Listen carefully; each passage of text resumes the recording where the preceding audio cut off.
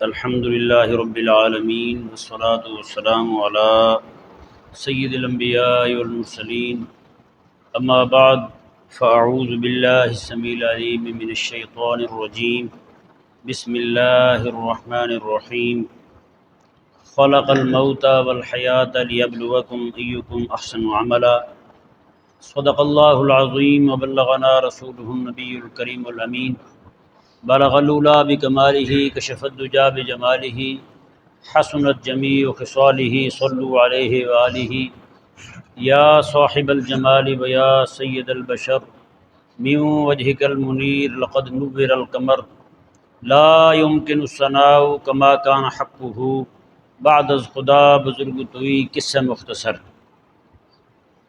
حاضرین ذویل احتشام، آج ہم اس ہزارہ برکتوں سے معمور محفل شریف جو بسلسلہ ایصال ثواب محترم جناب محمد شریف صاحب اور محمد شہباز صاحب کے والد گرامی کے لیے انعقاد پذیر ہے، ہم سب دعا گو ہیں اللہ تبارک و تعالی ان کے قبر و حشر کے ساری منزلیں آسان فرمائے۔ چند ایک باتیں آپ کے سامنے عرض کی جائیں گی، کوشش کیجیے کہ بالتوجہ سماعت فرمائیں تاکہ مجھے کہنے میں آپ کو سننے سمجھنے میں آسانی رہے۔ یہ دنیا جو ہے نا، اللہ تبارک و تعالی نے یہ ہمارے لیے امتحان گاہ بنائی ہے۔ یہ دنیا دار الابتلاء ہے۔ یہ دنیا کو جس طرح ہم نے سمجھ رکھا ہے یہ پھول لینے کی جگہ ہے، مزے اڑانے کی جگہ ہے، جس طرح کر کے یہ عموماً ٹی ویوں پہ اس کے ایڈ چلتے ہیں، باہر بڑے بڑے سائن بورڈ لگے ہوتے ہیں، لوگوں کو بس یہی بتایا گیا کہ یار دنیا تو ہے ہی مزے اڑانے کے 4 دن ہیں جی، مزے کریں اور انجوائے کریں اور یہاں سے روانہ ہو جائیں۔ ایسا بالکل نہیں ہے۔ خلاق کائنات نے قرآن کریم میں سورہ ملک شریف کی پہلی آیت مبارکہ میں ارشاد فرمایا، دوسری آیت مبارکہ فرمایا کہ خلق الموت والحیات، اللہ تبارک و تعالی نے موت کو اور حیات کو پیدا فرمایا، موت کو اور زندگی کو پیدا فرمایا۔ کیوں پیدا فرمایا؟ اس کا مقصد بھی خالق اور مالک نے خود بیان فرمایا، فرمایا لیبلوکم ایکم احسن عملا، فرمایا اللہ تبارک و تعالی نے موت کو اور حیات کو اس لیے پیدا فرمایا تاکہ اللہ تعالیٰ تمہارا امتحان لے، تم میں سے سب سے خوبصورت عمل کس کے ہیں، سب سے خوبصورت عمل کس کے ہیں۔ آیا مبارکہ ذرا توجہ کے ساتھ سماعت فرمائیں، قرآن کریم کے متعلق گفتگو ہو رہی ہے آیا مبارکہ کے بارے میں۔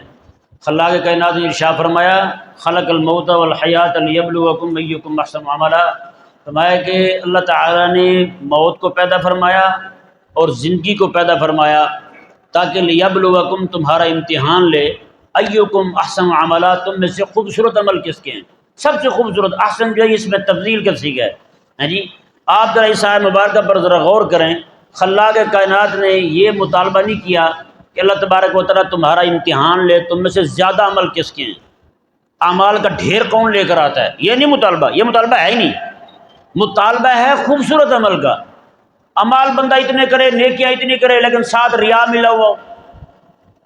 نماز بندہ پڑھے، نماز عبادت کرے، رات کو کھڑے ہو کے 200 نفل پڑھ لیے، صبح سے لے کر شام تک لوگوں کو بتاتا رہا رات جی نفل پڑھے میں تو تھک ہی گیا جی، بہانے بہانے سے لوگ بتاتے رہتے ہیں، حالات کا رونا روتے روتے بیچ میں اپنی نیکی بتا جاتے ہیں۔ بس جی ابھی میں جا رہا تھا باہر، ایک بندہ جو رو رہا تھا، میں نے پوچھا خیر تو ہے؟ اس نے کہا جیب کٹ گئی۔ حساب دیکھو یار، میں نے پھر 200 روپے اس کو دے دیا۔ اب بتانا مقصد اس کا دکھ نہیں ہوتا، اپنی نیکی بتانا مقصد ہوتا ہے، یعنی کسی نہ کسی طریقے لوگوں کو پتہ چل جائے جناب حضرت صاحب نے بھی 200 روپیہ اللہ کے نام پہ کسی کی مدد کی ہوئی ہے۔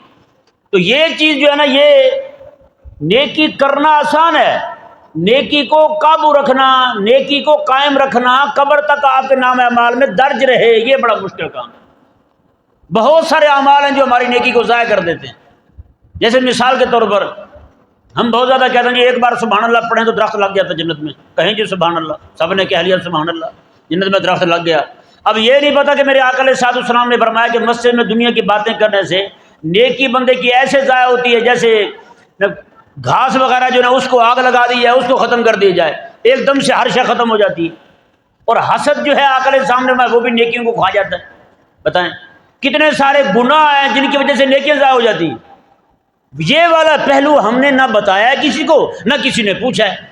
یہ تو پوچھیں گے، کیلکولیٹر پکڑا ہوا ہے ہر ایک بندے نے ہاتھ میں، ہاں جی کون سا عمل کریں تو اتنی نیکیاں، لاکھوں لاکھ نیکیاں اکٹھی ہو سکتی ہیں، یہ سب کو بتا رہے ہیں ہم۔ فلانا درود پڑھیں تو اتنا ثواب ہے، فلانا وظیفہ پڑھیں تو اتنا لاکھ نیکیاں ملتی ہیں، فلانے دن میں پڑھ لیں 2 نفل تو اتنا ثواب ملتا ہے، لیکن کسی کو یہ نہیں بتایا کہ فلانا گناہ کرنے سے اتنی نیکیاں آپ کی ضائع بھی ہو جاتی ہیں، فلانا گناہ کرنے سے اتنی نیکیاں ضائع ہو جاتی ہیں، کسی مسلمان کا دل دکھانے سے، اماں ابا کو تکلیف دے دی تو کتنا نقصان ہوتا ہے، کتنی تکلیف ہوتی ہے بندے کو، خاص طور سے نیکیوں کے معاملے میں۔ میرے کریم آقا صلی اللہ علیہ وسلم نے ارشاد فرمایا، صحابہ جانتے ہو مفلس کون ہے؟ صحابہ عرض کرنے لگے یا رسول اللہ جس کے پاس کچھ نہ ہو، مال و دولت نہ ہو جس کے پاس، وہی مفلس ہے۔ میرے آقا صلی اللہ علیہ وسلم نے فرمایا نہ، مفلس وہ نہیں ہے، مفلس وہ ہے جو ڈھیروں ڈھیر پہاڑوں جتنی نیکیاں لے کر رب کی بارگاہ میں آئے قیامت والے دن، اس کے بعد اس کے گھر والے کھڑے ہو جائیں، وہ کہیں یا اللہ اس نے ہماری حق تلفی کی تھی، حق تلفی کی تھی۔ وہ حق تلفی کیا ہے؟ وہ کہیں گے یا اللہ حق تلفی اس نے یہ کی تھی، یہ خود تو نمازیں پڑھتا تھا، اس نے ہمیں کبھی نہیں کہا، یہ خود تو نیکی کی راہ پہ چلتا تھا، اس نے ہمیں کبھی نہیں کہا۔ تو اللہ تبارک و تعالیٰ فرمائے گا کہ ٹھیک ہے تم اپنی نیکیاں اس کو دو، وہ جو عبادت گزار تھا اس کی طرف سے نیکیاں لے کر کے ان کو دی جائیں گی، اس کے گھر والوں کو جن کو اس نے نیکی کی دعوت نہیں دی تھی، خود گناہوں سے بچتا تھا، ان کو گناہوں سے بچنے کی کبھی تلقین نہیں کی تھی، وہ لوگ جو ہیں اس کی نیکیاں لے کر جنت چلے جائیں گے، یہ وہیں کھڑا ہوگا۔ تھوڑی دیر میں اس کے ہمسائے آ جائیں گے، وہ کہیں گے یا اللہ ہمارا بھی حق بنتا ہے اس پر بھی، تمہارا کیا حق ہے؟ وہ کہیں گے خود یہ نیکیاں کرتا تھا، کبھی ہمیں نہیں کہا اس نے۔ وہ پڑوسیوں کے بارے میں بھی پوچھا جائے گا، آج کہتے ہیں ملا تو اپنی نہ بیٹھ تینوں چور نال کی تینوں ہور نال کی، یہ جو فکر ہے نا ملا تو اپنی نہ بیٹھ تینوں چور نال کی تینوں ہور نال کی، یہ نعوذ باللہ من ذالک اللہ تبارک و تعالیٰ کے تمام انبیاء کرام علیہ السلام کی آمد کے مقصد کا انکار ہے اس میں۔ اگر ہر ایک نے اپنی نہ بیڑنی تھی تو اللہ تبارک و تعالیٰ نے 1,24,000 کم و بیش انبیاء کیوں بھیجے ہیں؟ بلا بتائیں اللہ نے قرآن کیوں بھیجا ہے؟ اللہ تبارک و تعالیٰ نے شریعت کیوں نازل کی ہے یار؟ اگر ہر ایک نے اپنی نہ بیڑنی تھی تو میرے آقا صلی اللہ علیہ وسلم کو جنگ عہد کے اندر آقا علیہ السلام کے دندان مبارکہ کیوں شہید کیے گئے؟ اگر ہر ایک نے اپنی نہ بیڑنی تھی، ہر ایک نے اپنی مرضی کرنی تھی، تو پھر میرے آقا صلی اللہ علیہ وسلم کو 3 سال پورے شیب ابی طالب میں کیوں محصور رکھا گیا یار؟ بچے تک بھوکے رکھے گئے 3 سال پورے، پورا بنو ہاشم قبیلہ جو ہے ان کو قید کر دیا گیا، کسی بندے کو ان کے ہاں نہیں جانے دیا جاتا اور ان کو کسی کے ہاں ملنے کے لیے جانے نہیں دیا جاتا۔ پورے سال کے اندر صرف حج کے مہینوں میں آقا علیہ السلام اور آقا علیہ السلام کی قوم کے لوگ باہر آ سکتے تھے، بس اس کے علاوہ نہیں آ سکتے تھے، درختوں کے پتے کھا کے گزارا کرتے تھے، گھاس کھا کے گزارا کرتے تھے۔ اگر اپنی نہ بیٹھ تینوں چور نہ کی تینوں ہور نہ کی، اگر یہی بات ہے تو پھر بتائیں قیامت والے دن اس بات پر پوچھ کیوں ہو رہی ہے؟ کیوں پوچھا جا رہا ہے بندے سے ہاں بھی بتا؟ تو کہا جائے گا جی ہمسائے کہیں گے اس نے ہمارے ساتھ زیادتی کی تھی، وہ کہے گا مولا میں نے تو کسی کے ساتھ زیادتی نہیں کی۔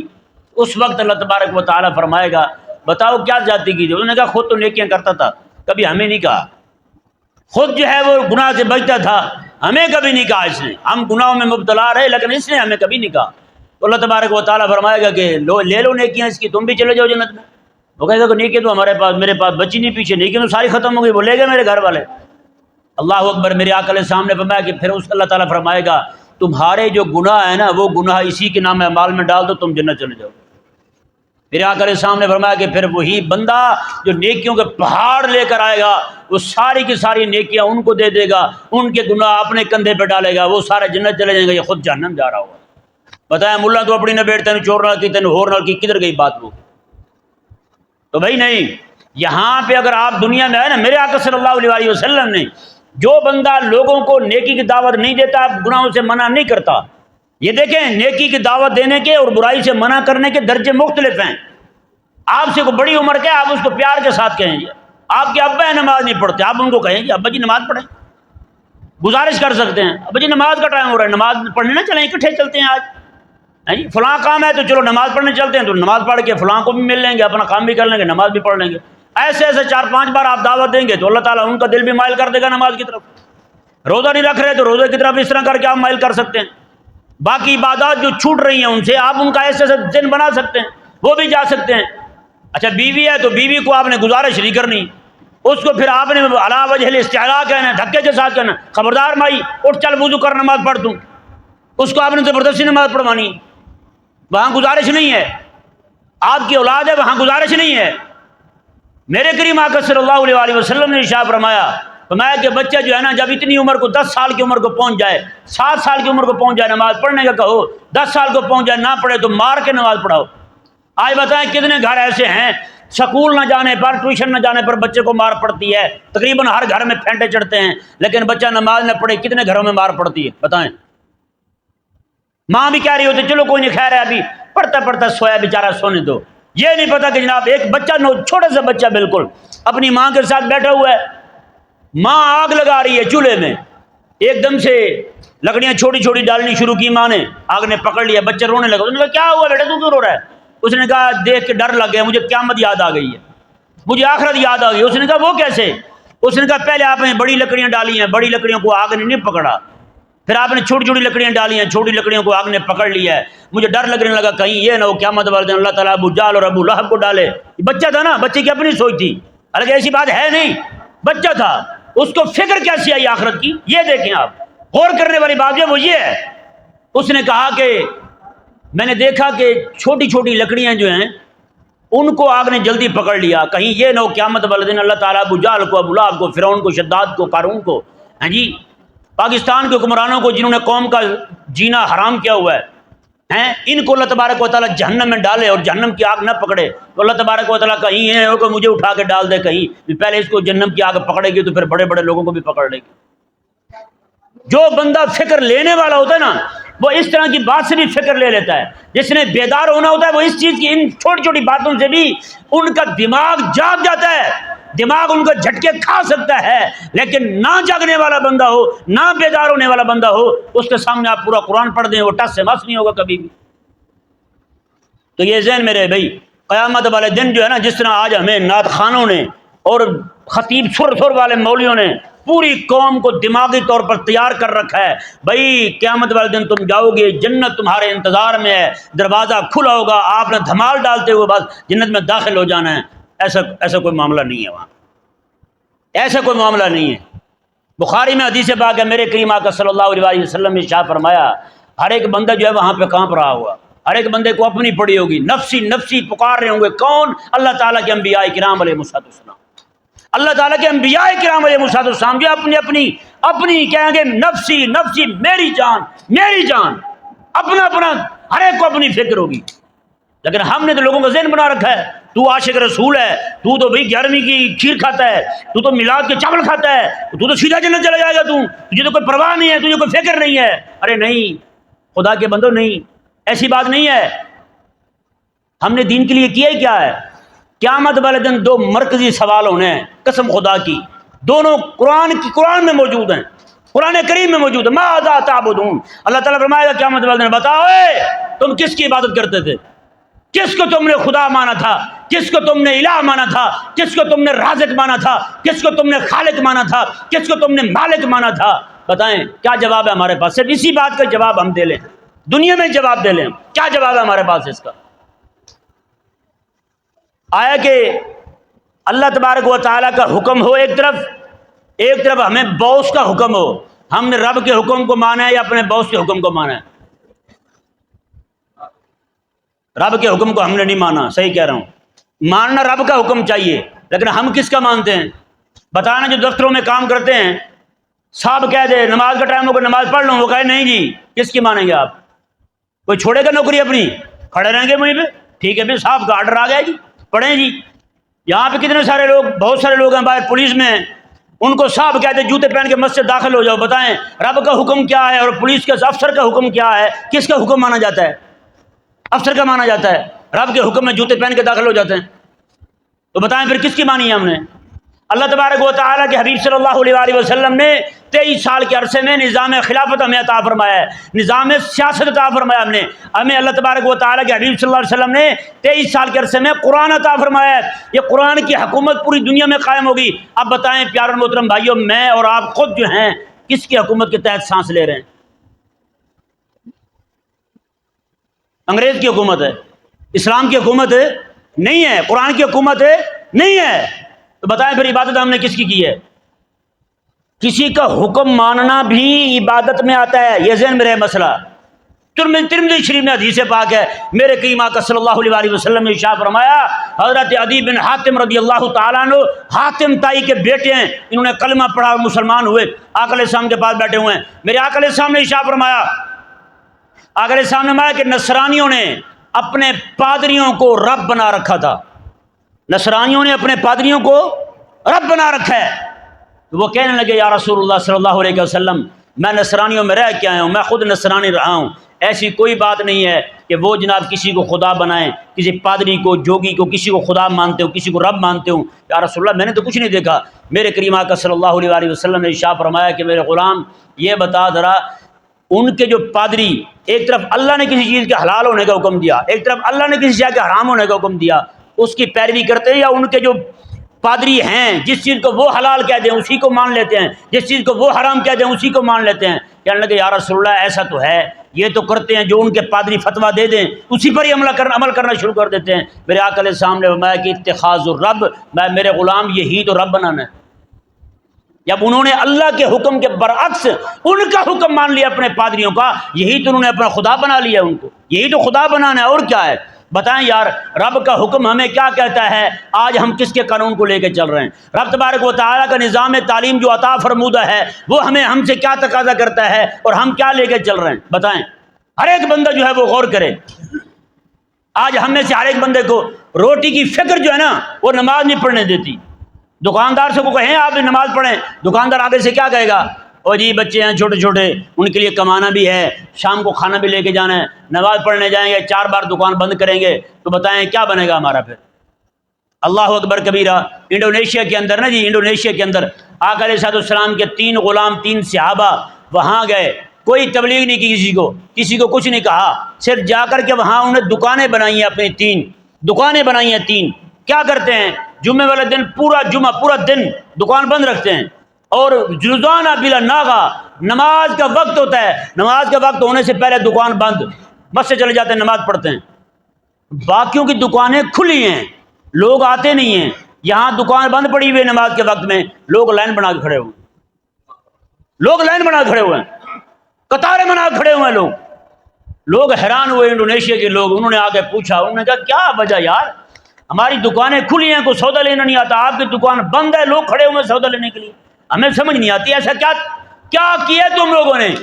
جمعے والے دن پورا دن دکان بند ہوتی ہے، لوگ سودا نہیں لیتے، پیسے جیب میں ڈال کے گھوم رہے تو تمہاری دکانوں کو چکر لگا رہے ہوتے ہیں، دکان کھلے تو سودا لیں، ہفتے کو دکان کھلتی ہے پھر سودا لیتے ہیں، آخر کیا وجہ ہے؟ اللہ اکبر کبیرہ، قربان جائیں۔ محبوب کریم علیہ السلام کے صحابہ نے انہیں بتایا، انہیں کہا حضور کے صحابہ نے کہ بات یہ ہوئی ہے، ہم مدینہ منورہ کے رہنے والے، ہمارے پاس اللہ تبارک و تعالیٰ نے نبی آخر الزماں کو بھیجا ہے، نبی آخر الزماں کو بھیجا رب تبارک و تعالیٰ نے، تو انہوں نے آ کر کے ہمیں یہ تعلیم دی کہ دنیا کا کاروبار بعد میں، تمہارے بیوی بچے بعد میں، ساری کائنات بعد میں، رب کا حکم پہلے ہے، رب کا حکم پہلے ہے۔ انہوں نے کہا جیسی نماز کا وقت ہوتا ہے ہم اپنا کاروبار چھوڑتے ہیں اور نماز پڑھنے کے لیے چلے جاتے ہیں، اور جمعے والے دن پورا دن ہم عبادت کے لیے ہم نے خاص کیا ہوا ہے، اللہ تبارک و تعالیٰ کو یاد کرتے ہیں، ذکر و فکر کرتے ہیں۔ قربان جائے محبوب کریم علیہ السلام کے ان صحابہ کی عظمت اور شان پر، جنہوں نے اپنے نفس کو بعد میں رکھا، بچوں کو بعد میں رکھا، کاروبار کو بعد میں رکھا، رب کے حکم کو پہلے رکھا۔ انہوں نے کیا جواب دیا؟ کہا کہ جب اللہ تعالیٰ کا حکم بلاوا آ جاتا ہے اللہ کی طرف سے، ہم کاروبار چھوڑ دیتے ہیں، اللہ تعالیٰ کی سننے کے لیے چلے جاتے ہیں، اسے سنانے کے لیے چلے جاتے ہیں۔ بس یہی ہمیں ہمارے نبی نے تعلیم دی ہے۔ اللہ اکبر کبیرہ۔ پورا انڈونیشیا جو ہے آقا علیہ السلام کے ان 3 غلاموں کی صرف دکانداری کو دیکھ کے کلمہ پڑھ کے مسلمان ہو گئے، پورا انڈونیشیا ہیں۔ انہوں نے دکان بنائی، لوگ مسلمان ہو گئے، ہم نے تبلیغ کی، لوگ مسلمان نہیں ہوئے۔ آخر کیا وجہ ہوئی؟ ہم نے لوگوں کو قرآن پڑھ کے سنا، لوگ ٹس سے بس نہیں ہوئے، کیا وجہ ہوئی؟ آخر کوئی تو بات ہوئی ہے ایسی، کہیں نہ کہیں کمی تو رہ گئی ہے ہمارے ہاں۔ ہم نے تبلیغ دین کی نہیں کی، ہم نے تبلیغ کسی اور شے کی ہے، جو ہمارے نفس کو پسند تھا ہم نے اسی کی تبلیغ کی ہے، جو جناب ہماری گھڑی ہوئی باتیں تھیں ہم نے انہی کی تبلیغ کی ہے۔ یار کاش کہ ہم تبلیغ وہی کرتے جو میرے آقا صلی اللہ علیہ وسلم نے آج سے 1400 سال پہلے دین اپنے صحابہ کو عطا فرمایا تھا، اسی کی تبلیغ کرتے، اسی کی ہم ترویج کرتے، اسی کو ہم رواج دیتے جو میرے آقا علیہ السلام نے عطا فرمایا تھا۔ تو میں آپ کے سامنے یہ بات رکھنا چاہ رہا تھا، قیامت والے دن 2 مرکزی سوال ہونے ہیں۔ پہلا سوال یہ ہوگا کہ بتاؤ عبادت کس کی کرتے تھے، تو بتائیں یار پہلے سوال میں اگر ہم فیل ہو گئے تو پھر اگلی تو بات پوچھی نہیں جائے گی ہم سے۔ عبادت تم نے کس کی تھی؟ کیا بتائیں گے؟ نفس کی عبادت کی تھی کہ مولا تیری نماز کا ٹائم تھا ہم نے نماز چھوڑ دی، اپنے نفس کی بات مانی ہے۔ نفس چاہ رہا تھا آرام کر، ہم نے آرام کیا ہے۔ نفس چاہ رہا تھا دوستوں میں بیٹھا رہے، ہم دوستوں میں بیٹھے رہے ہیں۔ نفس چاہ رہا تھا سکون کر لے، ہم نے سکون کر لیا ہے۔ یہی جواب دیں گے ہم رب تبارک و تعالیٰ کو؟ ہاں جی، رشتہ دار آ گئے تھے، ہم رشتہ داروں کے پاس بیٹھے رہے ہیں، بس ہم نے اپنی یاریاں پالی ہیں، اپنی دوستیاں پالی ہیں اور کچھ نہیں ہوا ہم سے، کیا جواب دیں گے ہم یار؟ ہم نے باس کے حکم کو مانا ہے، رب تبارک و تعالیٰ مولا تیرا حکم چھوڑ دیا تھا ہم نے، اللہ تبارک و تعالیٰ کیا فرمائے گا؟ تم نے پھر اپنے باس کی عبادت کی ہے، میری تو عبادت کی نہیں تم نے، پھر کیا جواب ہوگا ہمارے پاس یار؟ تو یہ سب سے پہلا جواب یہ نماز کی بات بعد میں ہوگی یار، پہلے یہ پوچھا جائے گا ماذا تعبدون، کس کی عبادت کرتے تم؟ یہ بتاؤ کس کو تم نے خالق مانا تھا، کس کو تم نے الہ مانا تھا، یہ بتاؤ تم۔ سب سے پہلا سوال یہی ہوگا ہم سے۔ جب اس کے جواب میں ہم فیل ہو گئے تو بھئی آگے کیسے کامیابی مل سکتی ہے؟ دوسرا سوال پتہ کیا ہونا ہے؟ اللہ اکبر کبیرہ، دوسرا سوال یہ ہونا ہے قیامت والے دن، قرآن کہہ رہا ہے ماذا یوم ینادیہم فیقول، قیامت والے دن ایک منادی ندا کرے گا، آواز آئے گی خلاق کائنات کی طرف سے، آواز کیا ہوگی؟ فیقول، وہ کہے گا ماذا اجبتم المرسلین، بتاؤ تمہارے پاس اللہ کے رسول آئے تھے، تم نے ان کی دعوت کا کیا کیا تھا؟ ان کو کیا جواب دیا؟ ماذا اجبتم المرسلین، تم نے انہیں کیا جواب دیا تھا؟ میرے رسولوں نے تمہیں تبلیغ کی، میرے رسولوں نے تمہیں دین سکھایا، بتاؤ تم نے اس دین کے ساتھ کیا کیا تھا؟ آج میں اور آپ دیکھیں قرآن کریم جو ہے پوری دنیا کے اندر بطور نظام کے کہیں پہ نافذ ہے؟ کہیں پوری دنیا میں قرآن کی حکومت ہے کہیں پہ؟ بتائیں، پوری دنیا میں کہیں بھی نہیں ہے۔ تو بتائیں ہم نے رسول علیہ السلام کی طرف سے جو دعوت وصول کی ہے، آقا علیہ السلام نے جو دعوت دی ہے ہمیں قرآن کی، اس قرآن کی دعوت کا ہم نے کیا کیا ہے؟ بتائیں، کوئی ہے جواب ہمارے پاس؟ تو ہم تو دو مرکزی سوال جو ہیں قیامت کے دن کے، ہم تو دونوں میں رہ گئے۔ پھر جو ہم نے سن رکھا ہے، جو ہم نے ذہن بنا رکھا ہے کہ ہم ناچتے ٹاپتے جائیں گے اور جنت میں داخل ہو جائیں گے، وہ تو بات گئی کہیں۔ یہ دو سوال جو ہیں، ان دو سوالوں کا جواب نہیں ہے ہمارے پاس یار۔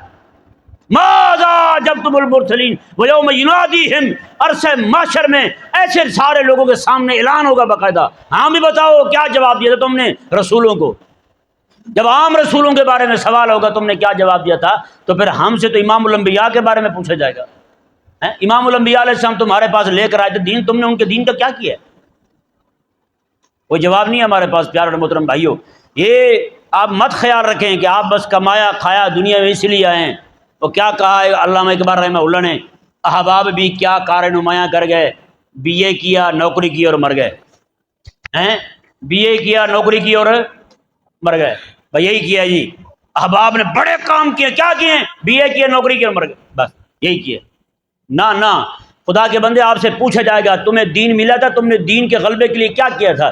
میرے آقا علیہ السلام کے صحابی حضرت عقبہ بن نافع رضی اللہ تعالیٰ عنہ، آپ مدینہ سے چلتے ہیں جہاد کرنے کے لیے، جہاد کرتے کرتے وہ افریقہ میں پہنچ گیا، جنگلوں میں پہنچ گیا، جنگلوں کو کراس کرتے ہوئے سمندر کے کنارے جب پہنچے نا، آپ کے گھوڑے کے اگلے پاؤں جو ہیں وہ پانی میں جانے لگے، آپ نے اس کی مہاریں کھینچی، گھوڑے کے پاؤں اس طرح اوپر اٹھ گئے، آسمان کی طرف منہ کیا، کہنے لگے مولا یہ عقبہ بن نافع تیرے حبیب کا حکم سن کے مدینے سے چلا تھا، اب تیری زمین ہی ختم ہو گئی، ورنہ میں تو گھوڑا آگے لے کے جانے کو تیار تھا۔ کیا جواب ہے ہمارے؟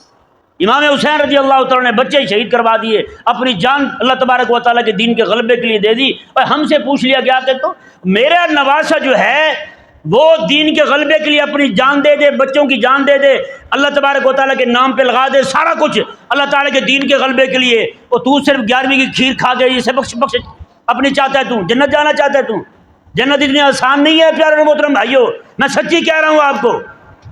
ہم میں سے ہر ایک کو اپنے آپ کو جگانا ہوگا، اپنے آپ کو بیدار کرنا ہوگا، ہر ایک بندے کو رسول علیہ السلام کے دین کے غلبے کے لیے کچھ نہ کچھ حصہ ملانا ہوگا اپنا، ایسی چھوٹنے والی بات نہیں ہے۔ کہا کہ بی اے کیا، احباب بھی کیا کار نمایاں کر گئے، بی اے کیا نوکری کی اور مر گئے، بس جی یہی کیا ہے جی، کیا کیا جی؟ آج فکر ہماری یہی تو وجہ، فکر ہماری یہی ہو گئی ہے۔ کیا فکر ہے ہماری؟ بس جی بچے بڑے ہو جائیں جی، بچوں کی شادی کر لیں، ہاں جی شادی دیکھ لیں بچوں کی سارا کچھ دیکھ لیں، یار یہ شادیاں خوشیاں ساری غمیاں آپ نے دیکھنی ہیں؟ میرے آقا صلی اللہ علیہ وسلم غزوہ بدر کے لیے تشریف لے جا رہے ہیں، آقا علیہ السلام کی شہزادی حضرت سیدتنا رقیہ رضی اللہ تعالی عنہا بیمار ہیں، حضرت رقیہ بیمار ہیں، آقا علیہ السلام بدر چلے جاتے ہیں دین کے دشمنوں کے ساتھ لڑنے کے لیے۔ وہاں سے جب حضور مدینہ میں داخل ہوتے ہیں، آقا علیہ السلام نے اپنی آنکھوں سے دیکھا کہ حضرت عثمان غنی رضی اللہ تعالیٰ باقی صحابہ جو ہیں حضرت رقیہ رضی اللہ تعالیٰ کو جو قبرستان ہے وہاں کا جنت البقیع شریف اس میں دفن کر چکے تھے، کھڑے ابھی وہی تھے۔ ہاں جی بتائیں نا، کیا میرے اور آپ کے بچے زیادہ قیمتی ہیں رسول اللہ علیہ السلام کی شہزادی سے، جن کے نام کی ہم 11ویں کھاتے ہیں نا، حضرت سیدنا شیخ الامام عبد القادر الجیلانی رضی اللہ تعالی عنہ، حضرت غوث پاک رضی اللہ تعالی عنہ، آپ کے 50 سے زائد بچے تھے۔ ہیں جی کتنے بچے آپ کے فوت ہوئے، آپ بیان کر رہے ہوتے تھے دوران واز، بندہ آگے کہتا جی آپ کا بیٹا فوت ہو گیا ہے، آپ ماتے جاؤ غسل دو، اس کو کفن دو۔ وہ غسل دیتے کفن دیتے، کئی بار تو ایسا ہوتا وہ غسل دیتے کفن دیتے جنازہ لے کے آتے آپ کے پاس، کس کا جنازہ ہے، کون فوت ہوا ہے؟ وہ کہتا جی آپ کا بیٹا فوت ہوا ہے۔ آپ بات اچھا، آپ نیچے اترے، آپ نے جنازہ پڑھایا، جنازہ پڑھا کے دوبارہ واز شروع کر دیا، اپنے بچوں خادموں کو کہتے لے جاؤ اسے دفن کر دو، اس کو دفن کر دو، لے جاؤ۔ بتائیں عبد القادر ایسی تھوڑی بنتا ہے؟ عبد القادر اتنی بڑی قربانی دے اور میں اور آپ 11ویں کی اکیلی کھیر کھا کے جنت داخل ہونا چاہتے ہیں؟ بتائیں نا پیارے بھائیو، کیا جواب ہے یار ہمارے پاس؟ میں قسم خدا کی صرف ایک دل کا درد ہے جو میں آپ کے سامنے رکھ رہا ہوں، کاش کہ یہ درد آپ کو بھی لگ جائے۔ ہاں جی غلبہ دین کی جو فکر ہے وہ آپ کے اندر بھی اجاگر ہو جائے۔ ہم سے پوچھا جائے گا پیارے محترم بھائیو تم نے دین کے ساتھ کیا کیا؟ ماذا جب تم المرسلین، تم نے رسولوں کی دعوت کا کیا کیا ہے؟ تو وہ دعوت جو آقا علیہ السلام لے کر آئے ہیں وہ دعوت مجھ پر اور آپ پر بھی لازم ہے، وہ لے کر کے لوگوں تک پہنچیں، لوگوں کو وہ دین سنائیں۔ صرف اتنے تک نہیں رہے گا کہ آپ جہاں میٹھا کھانا سنت ہے، فلانی شاہ کھانی سنت ہے، اس پہ ہماری جان چھوٹ جائے۔ نہیں نہیں نہیں، آقا علیہ السلام کے صحابہ تو تیر کھائیں تلواریں کھائیں، آقا علیہ السلام کے دندان مبارکہ شہید ہو جائیں، آپ صرف میٹھے کھانے والے سنتے ہیں اپنا کے جنت جانا چاہتے ہیں، تو ایسے تو نہیں ہو سکتا بھائی۔ پوچھا جائے گا مجھ سے بھی اور آپ سے بھی۔ اللہ تبارک و تعالی ہم سب کو سمجھنے کی توفیق عطا فرمائے۔ یہ 2 سوال قیامت کے مرکزی سوال ہیں، ان 2 سوالوں کی تیاری کرنا مجھ پر اور آپ پر لازم ہے۔